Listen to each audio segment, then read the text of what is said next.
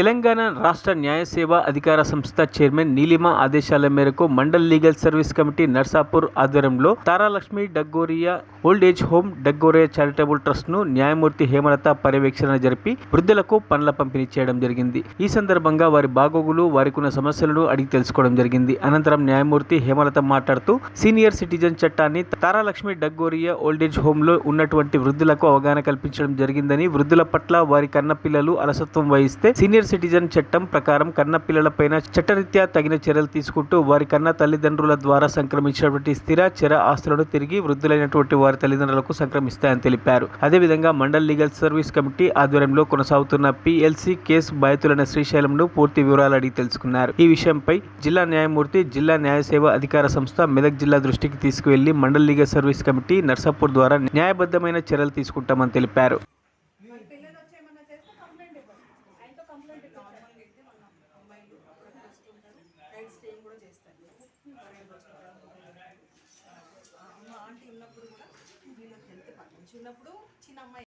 మార్చి month లో తెచ్చాక donation వచ్చినాయి కొన్ని వాళ్ళకి తోచినట్టు ఇచ్చారు అనమాట 2 kg 3 kg.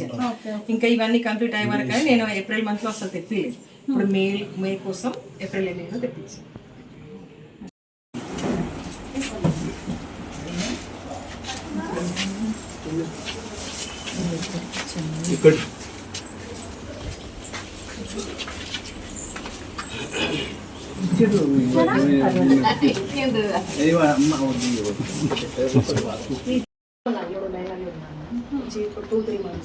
త్రీ మంత్స్ తీసుకోకపోతే ఒకసారి తీసుకుంటే సరిపోతుంది కదా.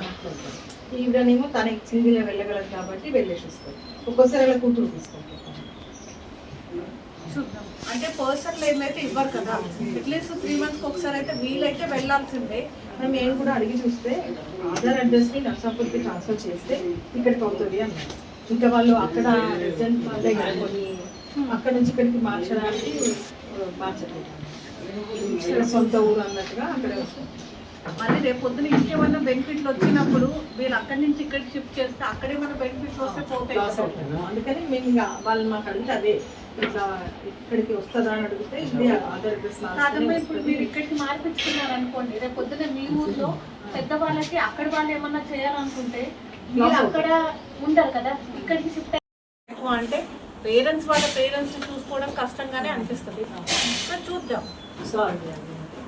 సో ఎందుకంటే అందరూ కూడా 61, 62, 63, 58 ఏజ్ ఉన్నారు. ఆయన ఉన్న 5 పిల్లలు కూడా చాలా తక్కువ ఏజ్, అంటే 40+ ఒక్కరే పెద్ద ఆయన ఉన్నారు కదా, వాళ్ళ అబ్బాయి ఆల్మోస్ట్ అంకులాగానే కనిపిస్తారు. అదేనండి, అందరూ పిల్లల ఏజ్ చూసాను, ప్రతి ఒక్కరిని కూడా పెద్ద ఏజే ఉన్నారు. ఇప్పుడు వాళ్ళ పిల్లల మీద డిపెండ్. మరిన్ని అప్డేట్స్ కోసం మా ఛానల్ని సబ్స్క్రైబ్ చేయండి.